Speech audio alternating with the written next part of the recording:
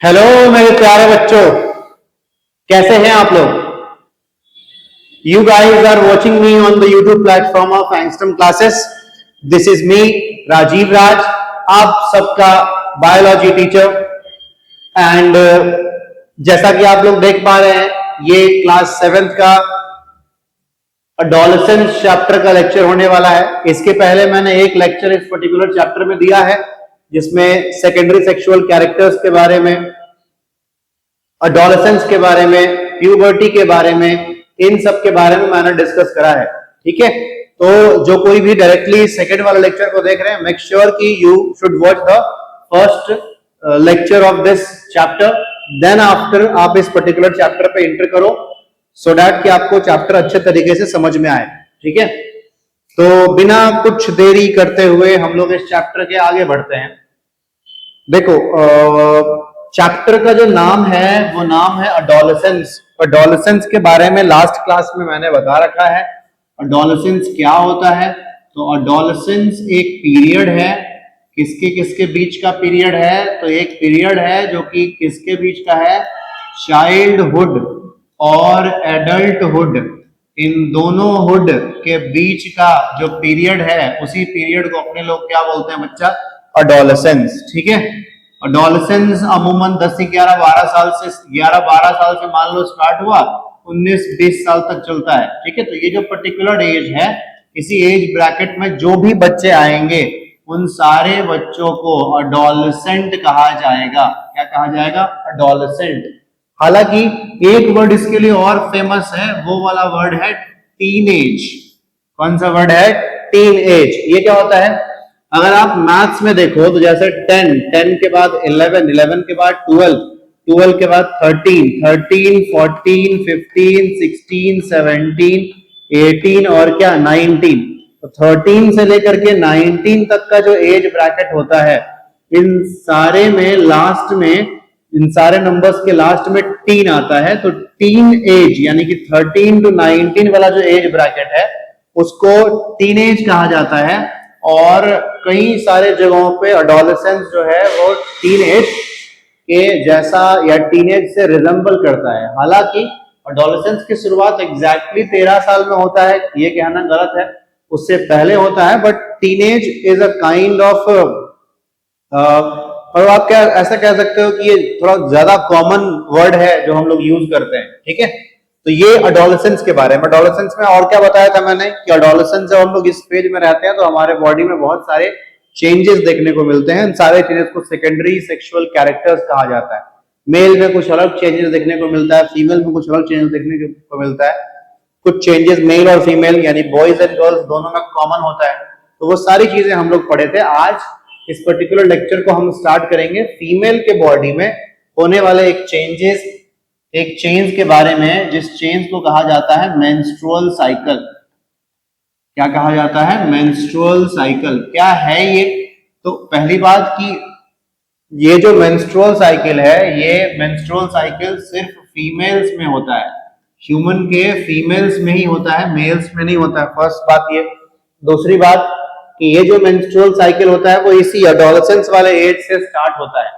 तो 11-12 साल की उम्र में लाइफ का जो फर्स्ट मेंस्ट्रुअल साइकिल होगा, लाइफ में जो फर्स्ट मेंस्ट्रुअल साइकिल जो होगा, उस मेंस्ट्रुअल साइकिल को एक टर्म दिया गया है, उसको हम लोग बोलते हैं मेनार्क. क्या कहा जाता है? मेनार्क. ठीक है, और इसी तरीके से ऐसा नहीं है कि मेंस्ट्रुअल साइकिल स्टार्ट हुआ है तो ये लाइफ लॉन्ग चलता है. एक पॉइंट ऑफ टाइम पे आकर के ये जो है वो खत्म हो जाता है या बॉडी में होना बंद हो जाता है. तो जब कभी भी ये बंद हो जाएगा, लाइफ का जो लास्ट मेंस्ट्रुअल साइकिल होगा, उस वाले साइकिल के लिए हम लोग एक टर्म दिए हैं, उसको बोलते हैं मेनोपॉज. क्या कहा जाता है? मेनोपॉज. 45 इयर्स से लेकर के 55 इयर्स के ब्रैकेट में कभी भी मेनोपॉज देखने को मिल सकता है. और ये अमूमन 11-12 साल के एज से ये मेंस्ट्रुअल साइकिल जो है वो स्टार्ट हो जाता है. तो लाइफ का जो फर्स्ट मेंस्ट्रुअल साइकिल होगा, उस मेंस्ट्रुअल साइकिल को हम लोग क्या बोलेंगे? मेनार्क. और लाइफ के लास्ट मेंस्ट्रुअल साइकिल को मेनोपॉज बोला जाएगा. अब मेंस्ट्रुअल साइकिल पहला आखिरी, ये तो ठीक है, होता क्या है मेंस्ट्रुअल साइकिल? तो आप इसको ऐसे समझ सकते हो कि जैसे मेल हो या फीमेल, दोनों का बॉडी जो है वो जब अडोलेसेंस वाले फेज में एंटर करता है तो दोनों के ही बॉडी में रिप्रोडक्शन के लिए यानी नए ऑफस्प्रिंग पैदा करने के लिए, उनके बॉडी को कैपेबल बनाने के लिए उनके बॉडी में चेंजेस होता है। तो उसी सारे चेंजेस में से एक ये चेंज है कि जब तक फीमेल के बॉडी में मेंस्ट्रुअल साइकिल होता रहेगा तब तक ये वो साइकिल इंश्योर करता है दैट द रिप्रोडक्टिव सिस्टम और the reproductive cycle of that lady is good. ठीक है, तो मेंस्ट्रुअल साइकिल इस बात को श्योर करता है कि फीमेल का जो रिप्रोडक्टिव सिस्टम है, रिप्रोडक्टिव साइकिल है, वो रिप्रोडक्टिव साइकिल जो है वो अच्छे तरीके से चल रहा है। ठीक है, अब मेंस्ट्रुअल साइकिल तो पहला और आखिरी समझ में आ गया। मेंस्ट्रुअल साइकिल है तो साइकिल का मतलब समझ में आ रहा है। साइकिल का मतलब एक स्टार्ट होगा, मान लो स्टार्ट हुआ, फिर वहां से फिर खत्म हुआ, फिर वहीं से फिर क्या हो जाएगा, स्टार्ट हो जाएगा, मतलब ये चलता रहेगा, रिपीट होता रहेगा, which start from this end ends at this edge. ठीक है, अब अगर इन सारे साइकिल में से एक साइकिल पकड़ते हैं और साइकिल का लेंथ पता करते हैं तो मालूम चलता है कि ये जो लेंथ है, ये लेंथ 21 डेज से लेकर के 35 डेज तक हो सकता है। मींस ये कि मान लो 10 फीमेल है, उन सारे फीमेल्स में जरूरी नहीं है कि इस मेंस्ट्रुअल साइकिल की लंबाई यानी ड्यूरेशन जो है वो सेम ही हो।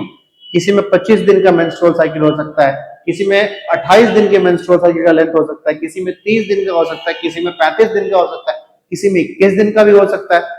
As less as 21 days and as long as 35 days ये ड्यूरेशन हो सकता है किसका, मेंस्ट्रुअल साइकिल का। इसी के बीच का हम लोगों ने एक पीरियड निकाल रखा है इसको समझने के लिए, वो होता है अबाउट कितना डेज बच्चा 28 डेज। तो हम लोगों को अगर लिखना हो कि मेंस्ट्रुअल साइकिल की लंबाई कितनी होती है तो जब अमूमन आपको बुक्स वगैरह में देखने को मिलेगा कि ये 28 डेज होता है, बट आपको ध्यान रखना है कि ये मेंस्ट्रुअल साइकिल 21 दिन तक, मिनिमम 21 दिन और मैक्सिमम 35 डेज का हो सकता है। हालांकि आप अब ये जरूरी नहीं है कि 28 दिन का ही हो, 30 दिन का ही हो, 35 दिन का ही हो, तो फ्लक्चुएट करते रहता है। एक कॉन्सेप्ट है बायो इंडिविजुअलिटी का। बायो इंडिविजुअलिटी कहता है कि एक एक बॉडी एक दूसरे से क्या है, अलग है। तो जब बॉडी अलग है तो ऑब्वियस है कि उस बॉडी में हो रहे एक्टिविटीज, उस बॉडी में हो रहे प्रोसेसेस भी वेरिएशन करेंगे, वैरी करेगा। तो वैसे ही ये भी वैरी करता है पर्सन टू पर्सन। तो अगर आपको लगे कि हाँ मेंस्ट्रुअल साइकिल का जो लेंथ है वो लेंथ मेरा मान लो 28 दिन का है या 27 दिन का है, उससे कम हो है और उससे ज्यादा है, तो आप इस ब्रैकेट में अगर फॉल कर रहे हो तो आप ठीक हो, नहीं तो आप फीमेल डॉक्टर जो गायनेकोलॉजिस्ट होती है अपने पेरेंट से बात करके फीमेल डॉक्टर गायनेकोलॉजिस्ट से आप कंसल्ट कर सकते हैं कि is everything fine inside my body और नॉट। अब मेंस्ट्रुअल साइकिल को समझने के लिए 21 और 35 दिन का नहीं लेकिन 28 दिन वाला जो साइकिल होता है उस साइकिल से हम लोग चीजों को समझ सकते हैं। क्या होता है एग्जैक्टली इस साइकिल में समझो। देखो ये जो साइकिल होता है ये साइकिल 28 दिन का हम साइकिल बना रहे हैं। ठीक है, तो स्टार्ट करते हैं फर्स्ट डे और फिर स्टार्ट करते हैं लास्ट यहाँ पे 28th डे। ठीक है, तो फर्स्ट डे और इधर हो गया तुम्हारा कौन सा डे, 28th डे। अब इस बीच में क्या क्या इवेंट होता है उसको समझिए। अब इसके बीचों बीच में आपको ध्यान रखना है, इसके बीचों बीच यानी 14th डे जो होता है उस डेट पे ओवम रिलीज होता है। क्या रिलीज होता है, ओवम। ये सर ओवम क्या होता है, एक मिनट समझेंगे, पिछले क्लास में इसके बारे में बताया है। वैसे ओवम रिलीज होने के प्रोसेस को क्या बोला जाता है, ओव्यूलेशन। इट मींस क्या, 14th डे पे कौन सा प्रोसेस हो रहा है, ओव्यूलेशन। क्या है ओवम, पहले समझो। देखो ह्यूमंस जो हैं वो दो तरह के हैं, एक है मेल और एक है क्या बच्चा, फीमेल। अब अगर इस मेल और फीमेल से नया जनरेशन पैदा करना है तो मेल जो है वो अपने बॉडी में गैमीट्स बनाता है और फीमेल अपने बॉडी में गैमीट्स प्रोड्यूस करता है। तो मेल के बॉडी में जो गैमीट प्रोड्यूस होता है उसको हम लोग कहते हैं स्पर्म। फीमेल के बॉडी में जो स्ट्रक्चर फॉर्म होता है गैमीट के तौर पे वो क्या है बच्चा, ओवम। और ये स्पर्म और ये ओवम मिलता है और मिलकर एक स्ट्रक्चर बनाता है, जिस स्ट्रक्चर को अपने लोग क्या बोलते हैं, जाइगोट। क्या बोलते हैं, जाइगोट। और ये जो स्ट्रक्चर है ये स्ट्रक्चर ही बाद में डेवलप करके किसको फॉर्म करता है? बेबी को फॉर्म करता है। इट मींस क्या? गैमीट्स वो स्ट्रक्चर है जिसके फ्यूजन से जाइगोट बनेगा, जिसके जुड़ने से जाइगोट बनेगा और वो अल्टीमेटली अगले जनरेशन को यानी कि बेबी फॉर्म करेगा। इट मींस क्या? आप लास्ट क्लास में भी समझाए थे, आप इसको बीज के तौर पे समझ सकते हो। एक मेल का बीज है, एक फीमेल का बीज है। अब जनरली बीज का कॉन्सेप्ट क्या होता है कि मान लो कोई बीज है, उसको जमीन में डाल दिए, वहां से नया प्लांट आ गया। बट यहाँ पे फॉर द नया प्लांट यानी फॉर द नया ऑर्गेनिज्म अपने लोगों को इन दोनों बीज को यानी दोनों सीड्स को जोड़ना होगा। तो मेल गैमेट और फीमेल गैमेट फ्यूज करता है और फ्यूज करने के बाद बनता है जाइगोट और वो फिर बच्चा बनाता है। तो ये जो है ओवम क्या हो गया है बच्चा? ओवम गैमेट है। कौन सा गैमेट है? फीमेल गैमेट है। तो उसी फीमेल गैमेट का रिलीज होता है इसी साइकिल में बीचों बीच दिन में, जिसको हम लोग बोलते हैं ओव्यूलेशन या रिलीज ऑफ ओवम। तो 14th डे का तो काम क्लियर हो गया। अब क्या? ये जो आपका फर्स्ट डे है, फर्स्ट डे मेंस्ट्रुअल साइकिल का किसको काउंट करते हैं पहले समझिएगा। जो आपका जैसे होता क्या है ना कि मेंस्ट्रुअल साइकिल में लगभग 3 दिन से लेकर के 5, 6, 7 दिन तक एक फेज होता है। उस फेज को हम लोग बोलते हैं ब्लीडिंग फेज। कौन सा फेज बोलते हैं? Bleeding phase. तो मान लो कि हम 3 दिन से लेकर के 7 दिन का ड्यूरेशन पकड़ते हैं। तो 3 से 7 दिन का ये जो ड्यूरेशन होता है, ये ड्यूरेशन को हम लोग कौन सा फेज बोलते हैं बच्चा? ब्लीडिंग फेज कहते हैं। क्या बोलते हैं? Bleeding phase. ठीक है। अब इस वाले फेज में क्या होता है कि इस वाले फेज में फीमेल के बॉडी में जो यूट्रस होता है, उस यूट्रस का पील ऑफ होता है। यूट्रस क्या होता है? जैसे आप अगर फीमेल रिप्रोडक्टिव सिस्टम को देखोगे तो उस फीमेल रिप्रोडक्टिव सिस्टम में एक पार्ट होता है, उस पार्ट को हम लोग बोलते हैं यूट्रस। यूट्रस को आप मतलब आम भाषा में उसको गर्भ बोलते हैं, यानी वोम्ब कहा जाता है। वोम्ब वो स्थान है जहां पे हम लोग अपने माँ के बॉडी में डेवलप हुए हैं। तो उस वाले स्थान पे जो है बनता है टिश्यू। टिश्यू मतलब एक मसल टाइप का एक स्ट्रक्चर फॉर्म होता है। वो मसल या वो टिश्यू ब्रेक ऑफ हो जाता है यानी टूट जाता है। वही ब्रेक ऑफ होकर के जब बॉडी से बाहर आता है तो उसकी वजह से ब्लीडिंग होता है। ठीक है। ये एक कॉमन प्रोसेस है, हर एक मेंस्ट्रुअल साइकिल में ये ब्लीडिंग फेज देखने को मिलेगा। ठीक है। ह्यूमंस में और ह्यूमंस के अलावा कुछ और जानवर जैसे एप्स हो गए, जैसे मॉन्कीज हो गया, इन सबों में ये जो ब्लीडिंग का साइकिल होता है, ये ब्लीडिंग का फेज देखने को मिलता है। अब ब्लीडिंग फेज से ही हम लोग डिसाइड करेंगे कि मेंस्ट्रुअल साइकिल का स्टार्ट कब हुआ। आपको ध्यान रखना है ये स्टेटमेंट कि first day of bleeding, first day of what बच्चा? Bleeding is the first day of what? Menstrual cycle. जिसको ये समझ में आ गया वो आधा जंग जीत चुका है। ब्लीडिंग फेज कितने दिन का होता है? तो 3 से 7 दिन का होता है। तो जिस दिन ब्लीडिंग की शुरुआत हुई होगी उसी दिन यानी फर्स्ट डे ऑफ ब्लीडिंग, उसी दिन को हम लोग बोलेंगे कि मेंस्ट्रुअल साइकिल क्या हुआ है? स्टार्ट हुआ है। अब मेंस्ट्रुअल साइकिल में जरूरी नहीं है कि 1 अप्रैल को स्टार्ट हुआ हो, 1 जनवरी को स्टार्ट हुआ हो, किसी भी दिन मेंस्ट्रुअल साइकिल स्टार्ट हो सकता है। बट जिस दिन भी ब्लीडिंग स्टार्ट हुआ होगा उसी दिन को हम लोग कंसिडर करेंगे कि वो दिन वो दिन है जिस दिन मेंस्ट्रुअल साइकिल का स्टार्ट हुआ है। ठीक है।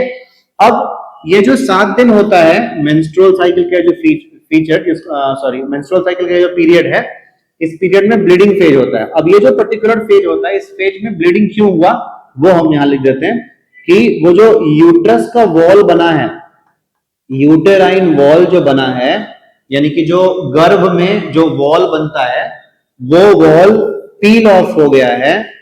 इसकी वजह से ये ब्लीडिंग देखने को मिलता है और ये कॉमन है। ठीक। अब उसके बाद क्या होता है? 7th डे के बाद जब 3 से 5 दिन, 7 दिन, किसी में 3 दिन, किसी में 4 दिन, किसी में 5 दिन, किसी फीमेल में 7 दिन, ऐसे होता है।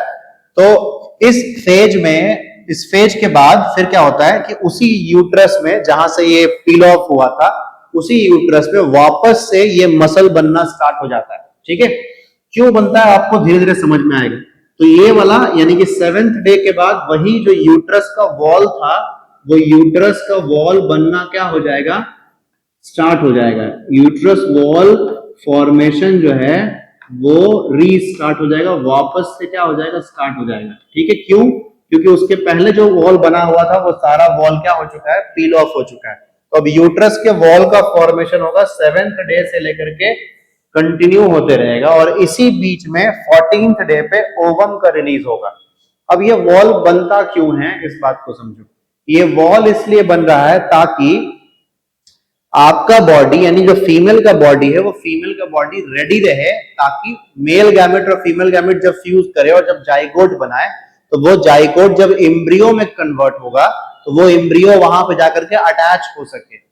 मतलब आप ऐसा समझो कि ये इसलिए बन रहा है ताकि फर्टिलाइजेशन के बाद यानी मेल गैमेट और फीमेल गैमेट के फ्यूजन के बाद के प्रोसेस को अच्छे तरीके से किया जा सके, ताकि वहां बेबी का डेवलपमेंट आसानी से हो यूट्रस के अंदर। तो ये 7th डे से स्टार्ट हुआ और ये कंटिन्यू चलते रहता है। बीच में 14th डे पे ये जो ओवम है ये ओवम रिलीज होता है। ठीक है, अब ये प्रोसेस ऐसा कंटिन्यू बनने का प्रोसेस चल रहा है।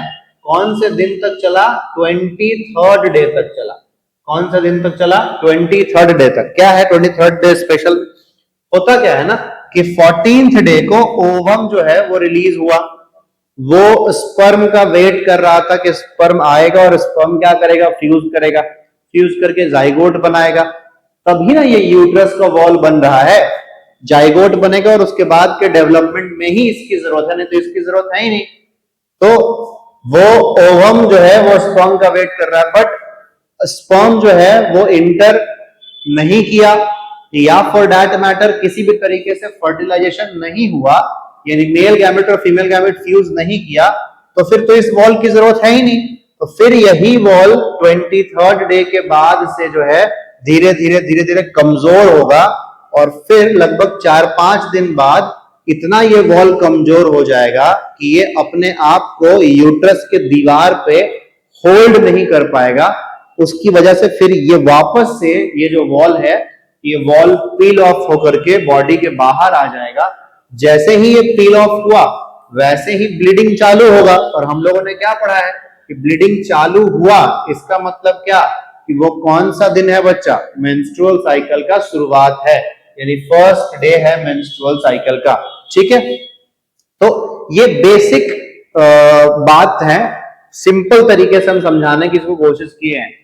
इन डिटेल आप इसमें हर एक फेजेस में कौन कौन सा हार्मोन रिस्पॉन्सिबल है, कौन कौन सा और एक्स्ट्रा इवेंट हो रहा है वो होगा, बट हम बेसिक चीज समझाए हैं कि फर्स्ट डे से लेकर के 7th डे तक यानी 3 से 7 दिन का जो ड्यूरेशन होता है उस ड्यूरेशन में ब्लीडिंग होता है, जिसको हम लोग ब्लीडिंग फेज बोलते हैं। क्यों होता है, क्योंकि इसके पिछले वाले साइकिल में यूट्रस का जो वॉल बना था वो पील ऑफ होगा। पील ऑफ होने का मतलब हट जाना वहां से।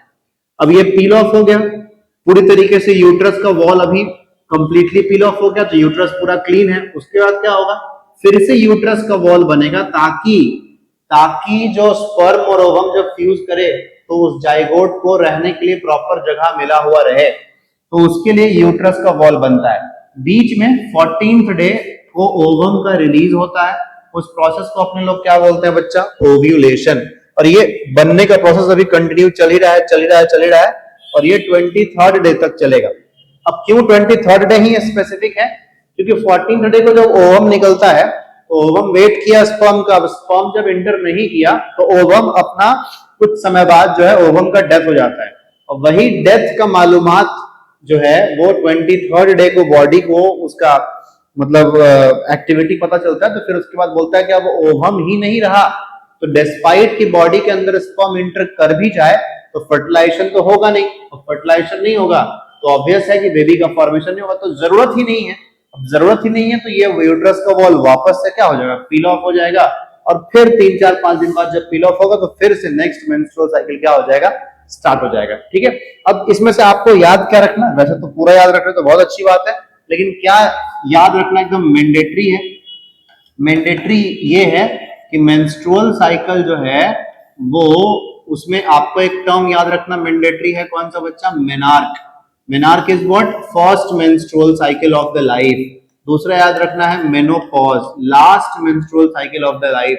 फिर आपको याद रखना है length of menstrual cycle, length मतलब duration, duration of menstrual cycle. तो आपको याद रखना है कि ये है 28 डेज का, बट आपको दिमाग में ये भी रखना है it can be as less as 21 days and as long as कितना डेज? 35 डेज। ठीक है।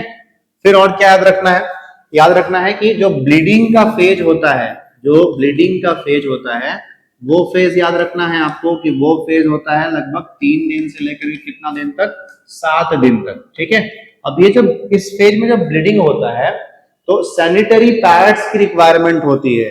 ठीक है। या फिर रीयूजेबल कॉटन पैड्स की रिक्वायरमेंट होती है। तो गवर्नमेंट तो एज सच बहुत सारे इनिशिएटिव स्टार्ट किया है गवर्नमेंट, जिसमें गवर्नमेंट जो है वो फ्री ऑफ कॉस्ट जो है या बहुत कम दर पे जो एडोलेसेंट है उनको ये फ्री ऑफ कॉस्ट जो है सैनिटरी पैड्स और कॉटन रीयूजेबल कॉटन पैड जो है वो प्रोवाइड कराया गया है। ये इसलिए होता है क्योंकि जब ब्लीडिंग फेज होता है तो इस टाइम पे बॉडी से जो है वो ब्लीडिंग होता है। अब वो जो ब्लीडिंग होता है वो ब्लड जो है वो इन्फेक्शन का कारण बन सकता है। तो इसके लिए जो है वो सैनिटरी पैड्स का यूज किया जाता है और साथ में सैनिटरी पैड्स को फिर डिस्पोज ऑफ भी किया जाता है अच्छे तरीके से। सैनिटरी पैड्स को न्यूज़पेपर वगैरह में रैप करके आपको क्या करना है कि न्यूज़पेपर वगैरह में रैप करके आपको डस्टबिन में जो है उसको थ्रो कर देना है। ठीक है। आजकल कई सारे कंपनीज ऐसे हैं, कई सारे ऑर्गेनाइजेशन ऐसे हैं जो कि बायोडिग्रेडेबल सैनिटरी पैड्स जो है वो डेवलप कर रहे हैं जिससे इन्वायरमेंट को भी लॉन्ग टर्म में नुकसान नहीं होगा। अच्छा, और एक बात, जब ब्लीडिंग फेज होता है तो ब्लड बॉडी से बाहर आता है। ब्लड कहीं से भी बॉडी से बाहर आए तो ब्लड जो है वो एक न्यूट्रिएंट्स का बॉम्ब है। तो वहां पे जब ब्लड बाहर होता है तो वहां पे इंफेक्शन होने का खतरा बहुत ज्यादा रहता है। तो इसीलिए मेंस्ट्रुअल साइकिल में जब ब्लीडिंग फेज होता है उस समय बहुत ज्यादा हाइजीन का जो है वो ध्यान रखना है। उस चीज को कहा जाता है क्या बच्चा? Menstrual hygiene. ठीक है। तो इस चीज का ध्यान रखना है हम लोग को। फिर इसके बाद अगर मान लीजिए कि किसी कारणवश मेंस्ट्रुअल साइकिल में या मेंस्ट्रुअल साइकिल का जो लेंथ है उसमें ऊपर नीचे हो रहा है तो काइंडली आप लोग अपने पेरेंट्स, अपने मदर से डिस्कस करेंगे, अपने बड़ी बहन से डिस्कस करेंगे कि ये प्रॉब्लम हो रहा है। क्योंकि ऐसा हो सकता है कि वो नॉर्मल भी हो वो problem, but at the same time ऐसा भी हो सकता है कि वो प्रॉब्लम किसी न किसी हेल्थ की वजह से हो। क्योंकि देखो, बॉडी से जब एवरी सिंगल मंथ अगर बॉडी से इतना ब्लड लॉस हो रहा है तो बॉडी जो है वो कमजोर होता है। कमजोर होता है तो न्यूट्रिशनल डेफिशिएंसी की वजह से भी कई सारे केसेस ऐसे होते हैं जिसकी वजह से मेंस्ट्रुअल साइकिल जो है वो इरेगुलर हो जाता है। तो for that you have to consult your doctors. Initially you have to start conversating this with your mother, with your elder sisters, and there onward you will have to visit the gynecologist so that एक appropriate action लिया जाए। आपका अगर nutrition अच्छा नहीं हो तो उसको ठीक किया जाए, या फिर और कोई प्रॉब्लम्स है तो उसको ठीक किया जाए। इसको अपने मन में या अपने फ्रेंड सर्किल में डिस्कस करके आप इसको सॉल्व नहीं कर पाओगे। क्योंकि ये जो फेज है ना एडोलेसेंट, इस फेज में not only this is restricted to girls, but इस एज में बहुत सारे ऐसे चीजें हम लोग के लाइफ में होते रहता है जिसको हम लोग सोचते हैं कि ये पेरेंट्स को बताने की जरूरत नहीं है। But in my personal opinion आप लोगों को अपने पेरेंट्स के साथ इतना ज्यादा फ्रैंक होना चाहिए, and at the same time parents should also, कि बच्चा जो है, बच्चों को कोई प्रॉब्लम हो रहा है किसी भी तरीके का तो वो आपसे खुल करके डिस्कस कर सके। हम लोग यानी बच्चे पेरेंट्स से डिस्कस कर सके, पेरेंट्स बच्चे से डिस्कस कर सके, सो दैट कि वो डिस्कशन जो है वो बाहर किसी गलत आदमी के पास ना जाए, कोई अननेसेसरी उसके पास से मैसेज ना आ जाए जिसको बच्चे फॉलो करके फिर नुकसान में पड़े। ठीक है। तो we should always start conversating with your parents, because parents are the one जो कि आपको हमेशा हमेशा और हमेशा अच्छा एडवाइस ही देंगे। ठीक है। तो ये रहा अपना मेंस्ट्रुअल साइकिल के बारे में कुछ बेसिक बातें जो कि हम आपको समझाए हैं। इस चीज को आप ध्यान रखेंगे, सारी बातों को। जहां इसमें प्रॉब्लम हो आप फिर हमसे पूछ सकते हैं कमेंट सेक्शन में डाल करके। ठीक है। तो this is about the menstrual cycle. और बहुत सारे गवर्नमेंट के थ्रू इनिशिएटिव्स हैं। जब चैप्टर पूरा खत्म हो जाएगा तो हम एक लेक्चर रखेंगे जिसमें एनसीईआरटी को यहाँ पे बोर्ड पे ओपन करेंगे और ओपन करके दिखाएंगे कि हाँ ये बातें या ये योजनाएं, ये प्रोग्राम जो है वो गवर्नमेंट लॉन्च किया है। बट फिलहाल पहले बेसिक चीजें हम लोग डिस्कस कर लेते हैं। ये रहा अपना मेंस्ट्रुअल साइकिल के बारे में, ठीक है। फिर उसके बाद थोड़ा आगे बढ़ते हैं कि अगला जो अपना टॉपिक होगा वो होगा कि कैसे जो अडोलेसेंस है उसको एक जॉयफुल एक्सपीरियंस बनाया जाए, यानी कि कैसे इस अडोलेसेंस के फेज को हम अच्छे तरीके से adolescence into a joyful experience, ठीक है। ये एनसीईआरटी का ही स्टेटमेंट है, हम वही लिख रहे हैं। तो अब क्या है ना कि अडोलेसेंस तो एक ऐसा नहीं है कि एक दिन का फेज है, ये अपने लाइफ का सबसे खूबसूरत फेज माना जाता है। 10-11 साल से ये फेज स्टार्ट होता है, 18-19 साल तक ये फेज चलता है। इस फेज में हम लोग अडोलेसेंस वाले एज में होते हैं और इस एज में हम लोग बहुत सारे नए नए एक्सपीरियंसेस जो है वो हम लोगों को समझने को, हम लोगों को देखने को मिलता है, हम लोग फील करते हैं। इस एज से पहले हम लोगों को लोग बच्चे समझते हैं, इस एज के बाद भी पेरेंट्स तो बच्चे ही समझते हैं, बट समाज के लिए थोड़े हम लोग बड़े होने लगते हैं। तो इस एज में हम लोग बहुत सारा जो है अपना एक्सपोजर जो है वो बढ़ता है और उस एक्सपोजर की वजह से जो है वो बहुत सारी चीजें हम लोगों को पता होनी चाहिए कि कैसे कैसे इस अडोलेसेंस वाले एज में क्या क्या किया जाए सो दैट कि एक जॉयफुल एक्सपीरियंस में कन्वर्ट हो जाए, ठीक है। इसमें सबसे पहला जो जॉयफुल एक्सपीरियंस में कन्वर्ट होने का अडोलेसेंस को है वो है अपना कि भैया हम लोगों को इस वाले पर्टिकुलर एज में अपने न्यूट्रिशन को एकदम ऑन पॉइंट रखना है। Nutrition should be on point. ये क्या होता है इसको समझो। देखो इसी एज में मैंने बताया था कि अडोलेसेंस वाला ही वो एज है जिस एज में हमारे बॉडी का ग्रोथ होगा, हमारे बॉडी के ऑर्गन्स का ग्रोथ होगा। तो ओवरऑल बॉडी का ग्रोथ जो है वो इस एज में ज्यादा है। अब आप ही लोग बताओ हमको कि अगर ग्रोथ होगा जिस एज में, तो उस एज में तो सबसे ज्यादा न्यूट्रिएंट्स वगैरह की रिक्वायरमेंट है बॉडी को। तो इस एज में हम लोगों को बढ़िया से एकदम हेल्दी हेल्दी फूड आइटम्स हम लोगों को क्या करना चाहिए, कंज्यूम करना चाहिए, ठीक है। मेरा ये पर्सनल एनालिसिस है कि आप लोग अगर जैसे मानो आप 7 बार मतलब हफ्ते में, एक हफ्ते में 7 दिन होता है, ठीक है, और 7 दिन में हम लोग अबाउट अगर 3 बार खाना खा रहे हैं तो हम लोग 21 मील्स कंज्यूम करते हैं। कितने मील्स हम लोग कंज्यूम करते हैं? On 7 days we are consuming 21 meals. तो मेरा ये मानना है कि इस 21 डेज के जो मील्स होते हैं, इस वाले मील्स में आप जो बचा हुआ मतलब इस 21 दिन में आप, क्या हो गया है, 21 डेज नहीं बच्चा, ये क्या होगा 7 दिन में, हर एक दिन में अगर आप 3-3 मील कंज्यूम कर रहे हो तो यू विल हैव कितना मील बच्चा? 21 मील्स। और इस 21 मील में से हर एक हफ्ते में आप 1 मील बाहर का खाना कंज्यूम कर सकते हो, ठीक है। बाकी कोशिश करो कि आप लोग घर का खाना हेल्दी फूड कंज्यूम करें। तो इस चीज को बोला जाता है बैलेंस डाइट। आप लोग इसके बारे में बचपन से पढ़ते आ रहे हैं। वैसा डाइट जिस डाइट में सब कुछ हो जो आपके बॉडी को जरूरत है। जैसे आपके बॉडी में प्रोटीन हो, आपके डाइट में प्रोटीन हो, आपके डाइट में जो है वो कार्बोहाइड्रेट हो यानी कार्ब्स हो, आपके डाइट में जो है वो क्या हो सकता है, फैट्स हो, हेल्दी फैट्स आपके डाइट में हो, आप अच्छा खासा विटामिन्स कंज्यूम करें, आप अच्छा खासा मिनरल्स कंज्यूम करें, आपके डाइट में सफिशिएंट अमाउंट ऑफ वाटर हो, आप रफेज कंज्यूम कर रहे हो ठीक ठाक, ठीक है। तो ये सब हमारे डाइट में होना चाहिए। और अगर ये डाइट में सब चीज है अप्रोप्रिएट अमाउंट में, तो उस डाइट को हम लोग क्या बोलेंगे बच्चा? Balance diet. बाहर में आप लोग जो खाना कंज्यूम कर रहे हैं, no doubt I personally feel कि मोमोज हो गया, बर्गर हो गया, पिज्जाज हो गया, दीज आर एब्सोल्यूट यमी, लेकिन बावजूद इसके यमीनेस जो है वो अपने बॉडी का डेवलपमेंट नहीं कराएगा, क्योंकि वो यमी है और उसमें दुनिया भर का एडिटिव्स, दुनिया भर का प्रिजर्वेटिव्स, दुनिया भर का जो है वो इस तरीके का एजेंट्स है जो अपने बॉडी को नुकसान पहुंचाएगा।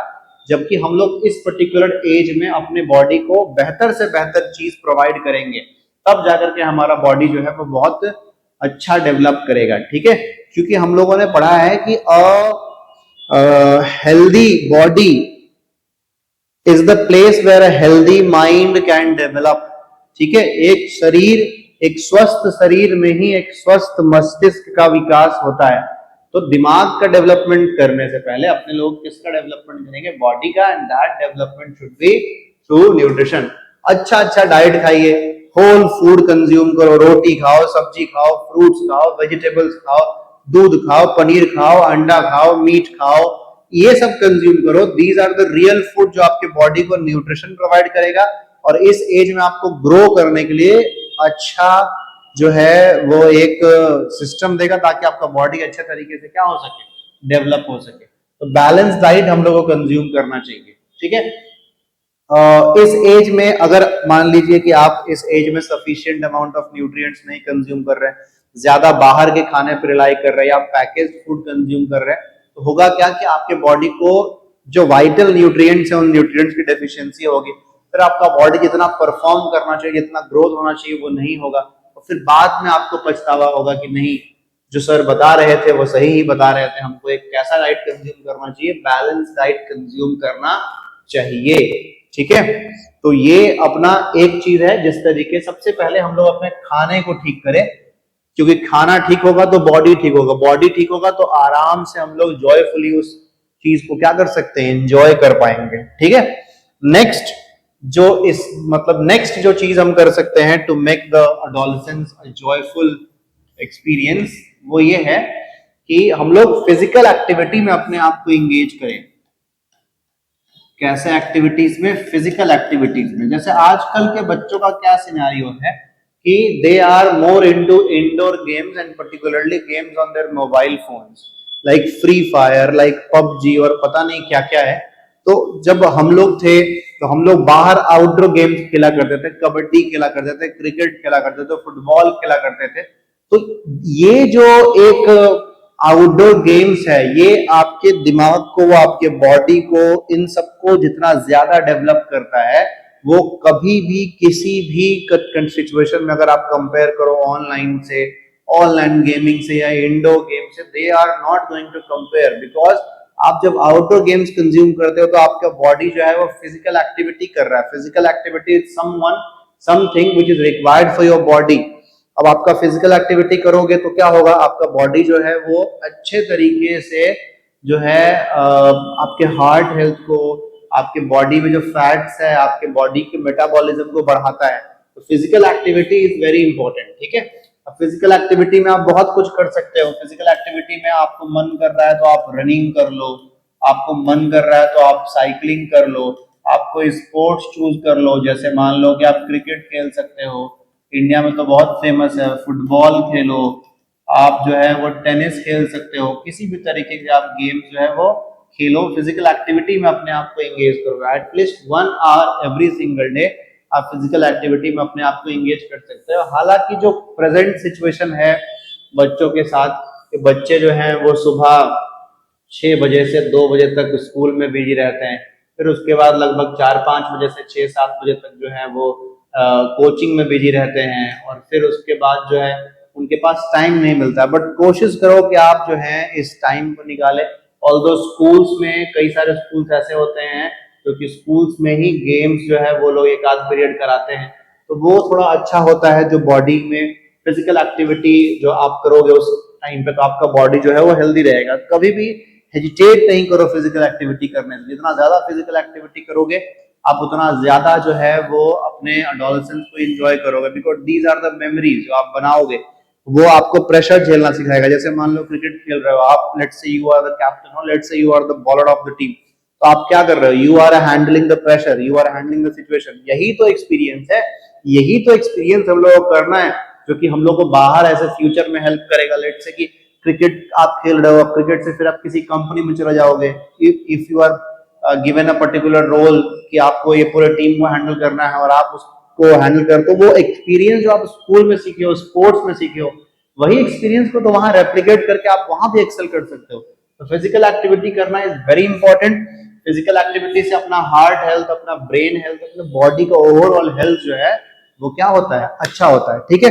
इसके बाद आप और क्या कर सकते हो, और तो है एक अपना पर्सनल हाइजीन। क्या है बच्चा? Personal hygiene. ये क्या है? तो हम लोग को अपने पर्सनल हाइजीन, हाइजीन का मतलब होता है साफ सफाई रखना। क्या रखना? साफ सफाई। वैसे तो हम लोग काफी साफ सफाई वाले लोग हैं ही, बट फिर भी नहाना, फिर हम लोग को ब्रश करना, ये सब चीजें हम लोगों को रेगुलर बेसिस पे करना चाहिए, सो दैट कि हमारा बॉडी जो है वो इन्फेक्शन का घर ना बन जाए। क्योंकि देखो, माइक्रो ऑर्गेनिजम्स अगर आप साफ तरीके से नहीं रहोगे, अगर आप प्रॉपरली हाइजीनेटेड नहीं रहोगे, तो आपके बॉडी जो है वो घर बन जाएगा किसका? माइक्रो ऑर्गेनिजम्स का। माइक्रो ऑर्गेनिजम्स आपके बॉडी में आएगा और आपके बॉडी में दुनिया भर का क्या करेगा? इन्फेक्शन करेगा। ठीक है। एक यहाँ पे बात भी बताना हम भूल गए, क्या है, अगर आप बाहर का फूड कंज्यूम करते हो, बाहर का फूड कंज्यूम करते हो, तो दैट सोर्स जहां से आप कंज्यूम कर रहे हो वो एकदम नीट एंड क्लीन होना चाहिए, ताकि आपके बॉडी में कोई ऐसा एज सच कोई बीमारी ना हो, जैसे फूड पॉइजनिंग, कॉलरा, टाइफाइड, ये सब बाहर के कॉन्टामिनेटेड फूड कंज्यूम करने से होता है। बाकी पर्सनल हाइजीन में हम लोग खुद को साफ सफाई से रखेंगे। अंडर आर्म पिट और जो पेल्विक एरिया होता है, यानी बिलो वेस्ट वाला जो एरिया होता है, इट शुड बी क्लीन्ड, ताकि जो है इन्फेक्शन का खतरा ना हो। तो personal hygiene is one of the thing जिसको अगर आप करोगे तो आपका एडोलेसेंस जो है वो जॉयफुल होगा। फिर एट द सेम टाइम आपको सोशल लाइफ को बैलेंस करने आना चाहिए। सोशल लाइफ को आपको क्या करना है? बैलेंस करना है। बैलेंस्ड सोशल लाइफ, ये क्या होता है? आजकल के बच्चे जो हैं वो बहुत कटे कटे रहते हैं। आप जिस एज ग्रुप में हो, आपको मन करेगा कि अकेले रहे, but try to be among the people, because यही एक्सपीरियंस जो है वो आपको आगे फ्यूचर में हेल्प करेगा।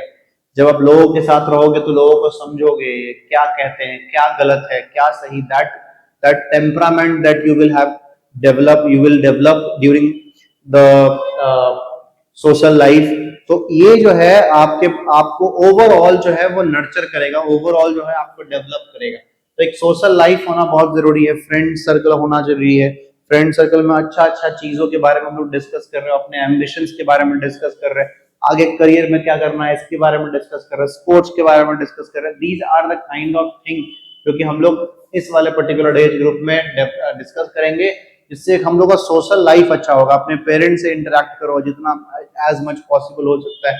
पेरेंट्स हो गया, भाई हो गया, बहन हो गया, इन सब से आप जितना ज्यादा इंटरेक्ट करोगे आपके लिए उतना चीज है वो क्या होगा? बेहतर होगा। तो एक बैलेंस्ड सोशल लाइफ जो है वो होता है। फिर एक और है बहुत इंपॉर्टेंट, वो है अपना क्या, कि इसी टाइम पीरियड में हम लोगों को कई सारे ऐसे भी दोस्त मिलेंगे जो कि हम लोगों को बोलेंगे कि भाई चलो एक सुट्टा लगा लिया जाए, मैं लगाता हूं तुम भी लगा लो। देखो, जो फ्रेंड सर्कल होता है ना, वो फ्रेंड सर्कल आपको पॉजिटिव और आपको नेगेटिव दोनों ही तरफ ले जाने के लिए कारगर होता है, मतलब वो बहुत इफेक्टिव रहता है। कुछ ऐसे भी दोस्त होंगे आपके लाइफ में जो अच्छी अच्छी बातें आपसे करा करेंगे। हम ये नहीं बोल रहे हैं कि ऑल द टाइम आप लोग अच्छी अच्छी ही बातें करो, बट जो बातें होनी चाहिए that should not be in the direction जो आपको खराब कर रहा हो।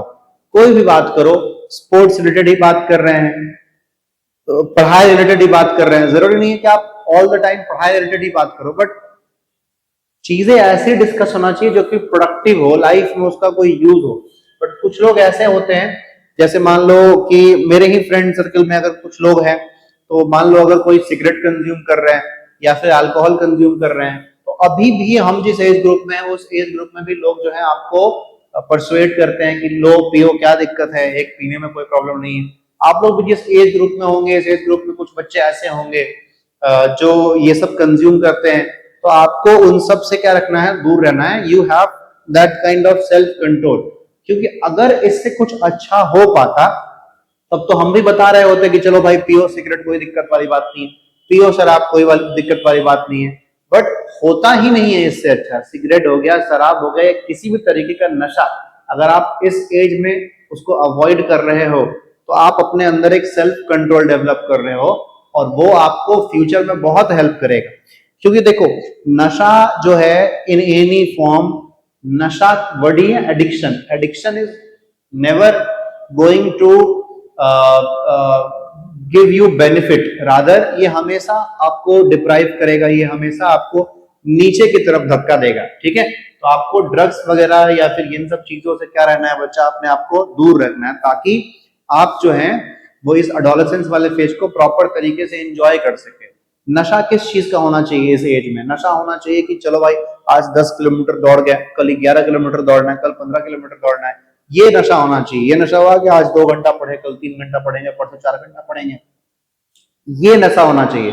ठीक है, तो नशा यानी हैबिट्स डेवलप करो, रादर जो है वो अपने इन सब चीजों में, ड्रग्स वगैरह के कंजम्पशन में। सिगरेट, बहुत सारे लोगों को लगता है सिगरेट एक मामूली चीज है।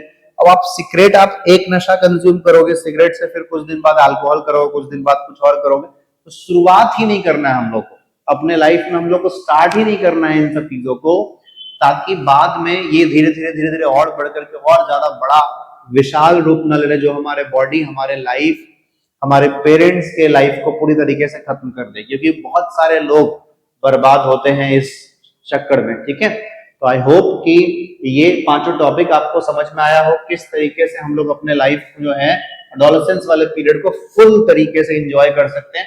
अपना न्यूट्रिशन एकदम ऑन पॉइंट होना चाहिए, फिर फिजिकल एक्टिविटी हम लोग करेंगे, फिर उसके बाद जो है पर्सनल हाइजीन पे ध्यान रखेंगे, सोशल लाइफ, दोस्ती यारी खूब करेंगे, लेकिन अच्छे अच्छे दोस्त करेंगे, ताकि वो आपको ड्रग्स वगैरह, सिगरेट वगैरह इन सब में आपको खींच करके ना ले जाए। इंस्टेड वो अच्छी अच्छी बातें आपको शेयर करे, को प्रोडक्टिव, कोई मोटिवेटेड चीज के बारे में बात करें। ठीक है, तो इन सब चीजों के बारे में हम लोगों को क्या करना है, डिस्कस करना है इस वाले पर्टिकुलर एज ग्रुप में।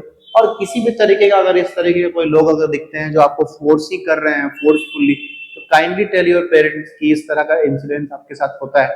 Because each and everyone out there, सब आपके लिए अच्छा होगा ये जरूरी नहीं, बट पेरेंट्स आपके लिए हमेशा अच्छे होंगे ये बात बिल्कुल जरूरी है। ठीक है, तो पेरेंट्स से बात करना है, पेरेंट्स से इसमें डिस्कस करना है। ठीक है, कोई भी आपको प्रॉब्लम हो इस पर्टिकुलर एज में, kindly tell your parents, teachers से आप डिस्कस कर सकते हो, अपने बड़े भाई बड़े बहन से डिस्कस कर सकते हो कि ये हो रहा है, because they all have passed through that particular age.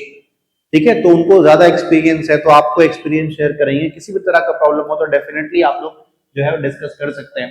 तो ये इस पर्टिकुलर चैप्टर में जितनी चीजें थी हम डिस्कस किए, इसके अलावा कुछ और छोटे छोटे चीजें इस पर्टिकुलर चैप्टर में बचा हुआ है, वो हम नेक्स्ट लेक्चर में एनसीईआरटी का पूरा इस पे यहाँ पे चैप्टर ओपन करेंगे, और उस चैप्टर ओपन करने के बाद हर एक पॉइंटर्स को, जैसे योजनाएं के बारे में बताएं, प्रोग्राम कुछ गवर्नमेंट लॉन्च किया है दुनिया भर का, तो वो सारे प्रोग्राम्स के बारे में हम लोग पढ़ेंगे, ताकि हम लोग को भी आइडिया होगा किस तरह का प्रोग्राम आप लोगों के लिए गवर्नमेंट के द्वारा स्टार्ट किया गया है, इससे आपका क्या बेनिफिट हो सकता है। ठीक है, तब तक के लिए हंसते रहिए, खेलते रहिए, बढ़िया से पढ़ते रहिए, और अगर आपको लग रहा है कि वीडियो कुछ अच्छा जा रहा है तो मेक श्योर कि सब्सक्राइब करो चैनल को, लाइक करो वीडियोस को, और अपने फ्रेंड सर्कल में शेयर करो, ताकि हम लोग को भी मोटिवेशन मिल सके ठीक आप लोग के जैसा।